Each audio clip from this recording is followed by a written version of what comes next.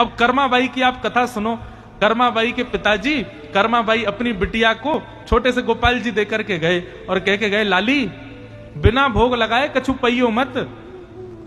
कर्माबाई बोली, अच्छा पहले इनका भोग लगाना है फिर हमको कुछ खाना है? बोले हाँ तभी खाना है।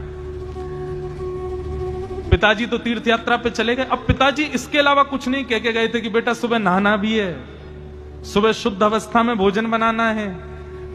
कर्माबाई तो सुबह उठी, सीधे बिस्तर से उठ करके दांतुन मुंह में लगाया, दांतुन करते करते चूल्हा जलाया, चूल्हे पर पतीला रख दिया, पतीले में लगा के महाराज और वो तो खिचड़ी बनाने लगी बिना नहाए धोए। और खिचड़ी भी बनाती जा रही है, दांतुन भी करती जा रही है। और कहीं भैया खिचड़ी बनते बनते नहाए आई हो, ऐसा भी नहीं, सामने ही बैठी है, एक पात्र में खिचड़ी भरी, उसके ऊपर घी डाला और डाल करके अपने मंदिर में गई, ठाकुर जी का पर्दा खोल करके सामने रख दिया बिना नहाए धोए। और ठाकुर जी से कहने लगी, हमारे पिताजी कह के गए कि भोग लगा के पाना है, अब हमको बहुत जोर की भूख लगी है, गोपाल जी पहले आप खा लो फिर उसके बाद हम खाएंगे। खा लो, बढ़िया बनाइए मैंने, अब पिताजी जैसा तो स्वाद नहीं है मेरे हाथों में, अब जैसा भी अब 3-4 दिन ऐसे ही रहना पड़ेगा आपको। अब इतनी सरल इतनी सीधी कर्माबाई थोड़ी देर तो खड़ी रही। ठाकुर जी ने जब नहीं पाया, कर्माबाई बोली, अच्छा नमक कम रह गया इसलिए नहीं पा रहे हो? तो ठाकुर जी के भोग की थाली में से चाट के देख रही है। वो कहती है, बोले नमक तो बढ़िया है, मिर्ची भी बढ़िया है, थोड़ा ठीक ठाक बनाया है, फिर क्यों नहीं खा रहे हो आप? अरे ठाकुर जी आपके चरण पकड़े, हमको आपकी चिंता नहीं है, आपके लिए तो हजारों घर हैं, कहीं भी पालोगे, लेकिन हमारे तो एक ही घर है।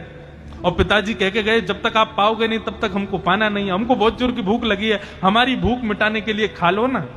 और उसको क्या पता था कि पिताजी भी ऐसे ही रख के उठा लेते थे। उसको तो ये विश्वास है कि ठाकुर जी आएंगे, प्रेम से पाएंगे। तब भी ठाकुर जी ने नहीं पाया, तो अंत में कर्माबाई गुस्सा होकर के बोली, नहीं खाओगे ठीक है, पिताजी को आने दो, पिताजी आ जाएंगे तो उनसे शिकायत करूंगी कि ये गोपाल जी बड़े बिगड़ गए हैं, मैंने खिचड़ी बनाई, मेरी खिचड़ी नहीं पा रहे थे। पिताजी आप एक काम करो, इन गोपाल जी को वापस दुकानदार को दियाओ, दूसरे गोपाल जी ले आओ जो खाते हो।